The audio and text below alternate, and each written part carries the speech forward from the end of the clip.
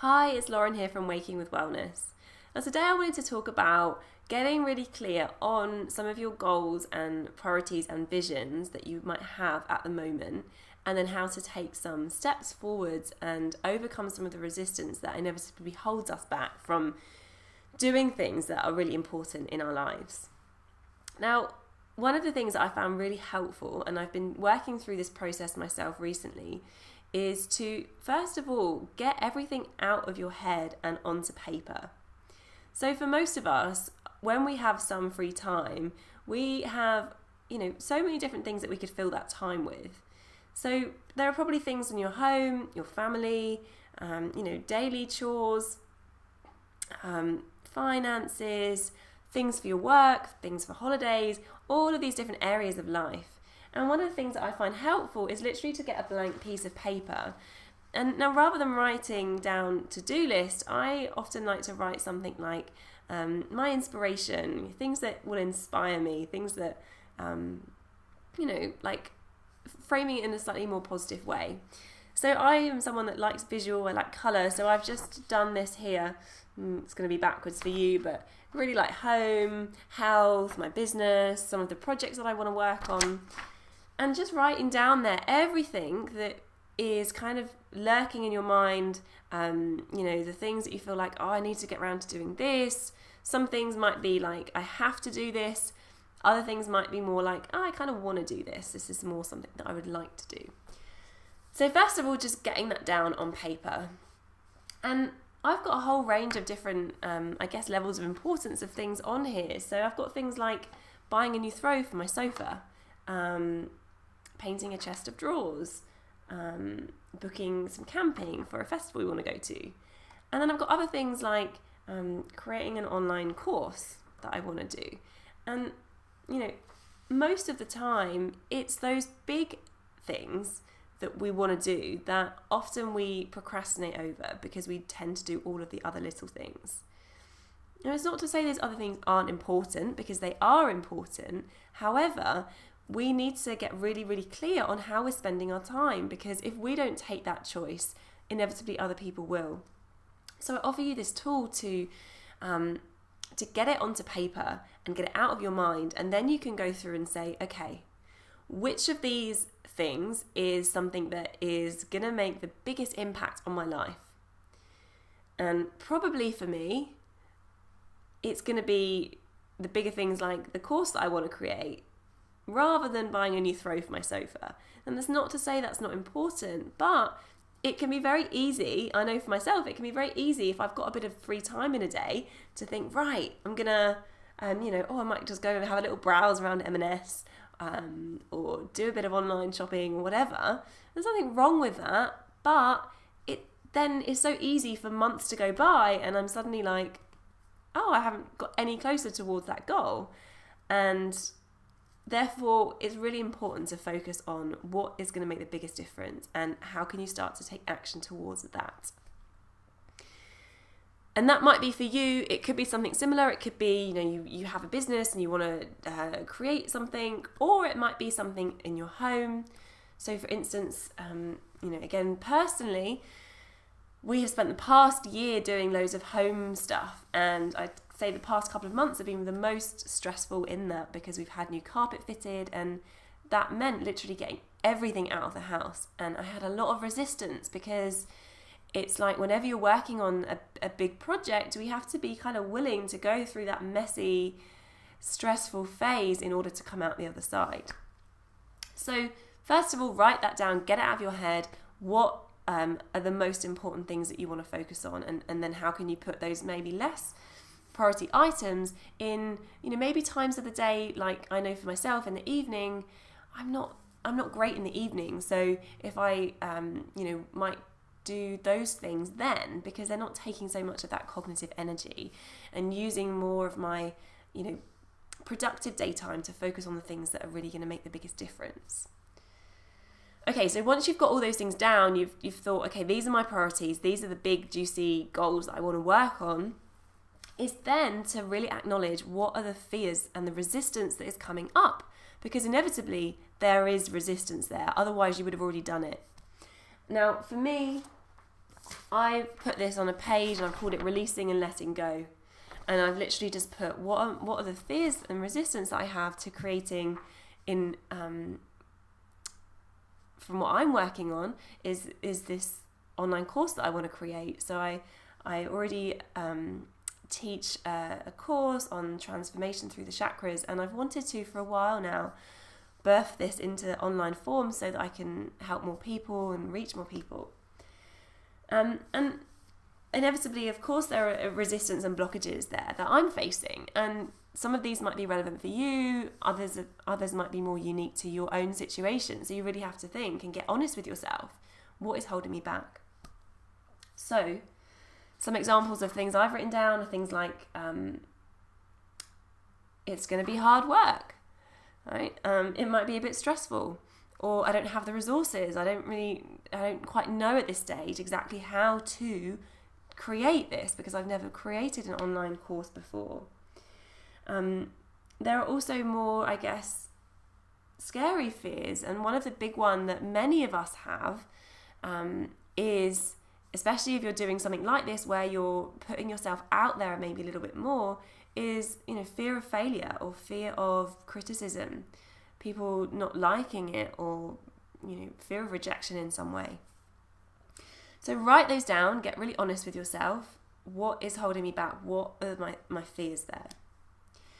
And then once you've done that, a few useful things to help you to move forward. So one of the things that can be helpful is to actually counter each of those challenges, each of those kind of negative thoughts. So, for example, I don't have the resources to make this successful, is something that I wrote down.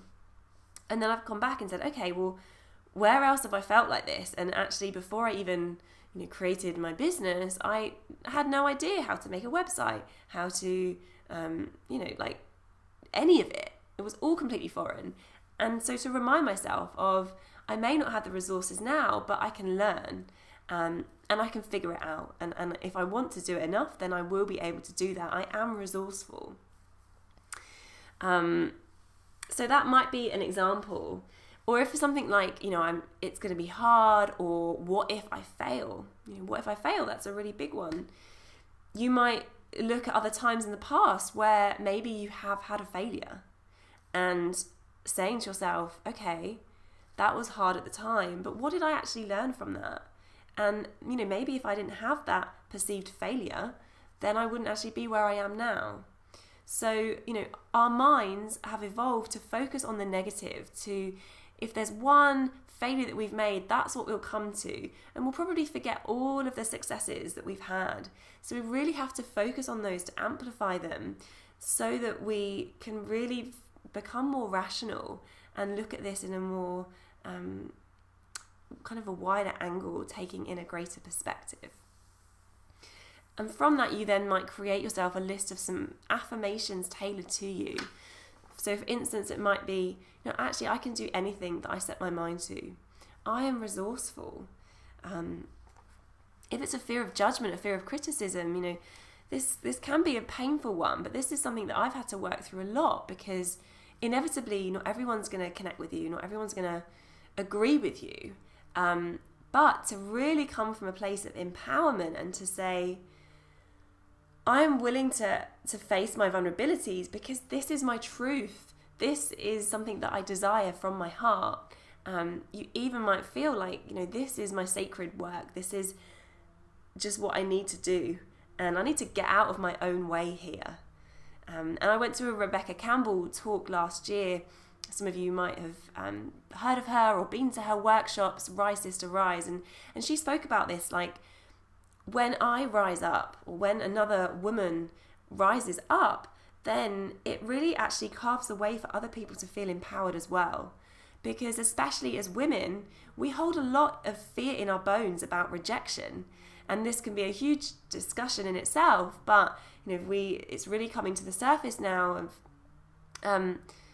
of how women's voices over time have been very much shunned down. And when women have really claimed their power and spoke their truth, then they have often been persecuted for that. So even if you have never been yourself, it is lingering within the collective. It's there. So we have to really look at that and to make that empowered choice and say, I might face criticism. But you know what? What's worse? A couple of people possibly rejecting me, or living a lifetime that really is not serving myself, is living a lie to myself. So once you've done that, you've written your fears, and then you've done some challenging, written some affirmations down. One other helpful thing is to also write down any particular painful memories that you have relating to any of these fears in particular. So, as an example, you might have a fear of failure. It's a pretty common one. And again, it might be that you can turn this around and say, yeah, that was a really painful time, but I was able to overcome it. If it's something that actually, you really feel ready to release, doing something like writing it down and putting it in a flame as a little ritual to embody that and say, right, I'm releasing this. I'm literally putting it into the fire of transformation that has the ability to really turn those wounds into our growth, turn matter into ether. This is the element of fire. And for many times we can really look back at these memories, and other things that we can do is to offer forgiveness and say, I forgive myself for that, and I'm ready to release it. You might also look at things like EFT. So one of my friends, Marie Holden, if you haven't heard of her, check her out. She's got some really great videos on using EFT to release blockages, particularly things like fear of failure. And that can be really, really helpful. And also anything then when you're in this place then of wanting to start taking action to really help to stimulate that fire. So this is very closely connected with the third chakra and feeling inspired, feeling lit up. So reading books, listening to audiobooks, listening to talks, surrounding yourself with people that help you to feel inspired so that you can feel empowered to move forwards. So also you might like to just write out a plan of everything there that you need to do along the way to reach that bigger goal. So some of those steps are likely to be really, really small, but don't undermine them. So for example, for me, I want to create this course and I've never done it before. And there are loads of things that I need to figure out before I can do that. So, it might be browsing, having some set times of boundaries, but exploring online, what are some different programs that I can use? What equipment do I need? What are some other people that I might need to help to support me to do this? And so really writing down all those little action steps, continuing to feel inspired, getting out in nature, exercise, all these things that help to stimulate the third chakra will be really, really helpful for you. So I hope that's helpful. If I just recap those steps again. So first of all, just get everything out of your head that is lurking, lingering beneath the surface. Any of those little dream babies that feel like they want to be birthed out into the world, get them down, no matter how big or small, and then prioritize, think, okay, this is when I'm going to do this. These are the ones that I really want to focus on, and this is why. This is important to me because. Write down all of the fears that are coming up, resistances, challenge those. Write down examples of times when you have pushed through, where you haven't failed, or you have failed, but something else has come from it. Write out affirmations, repeat those affirmations daily, look at them, continue to really work on this in your practice. And then forgive and release any memories, any really painful memories. And if it's really painful memory, then you might need to seek more support for that. You might need to have some therapy to help you to work through that a little bit more.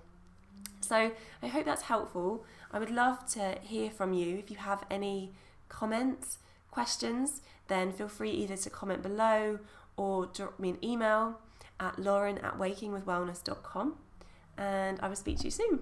Bye.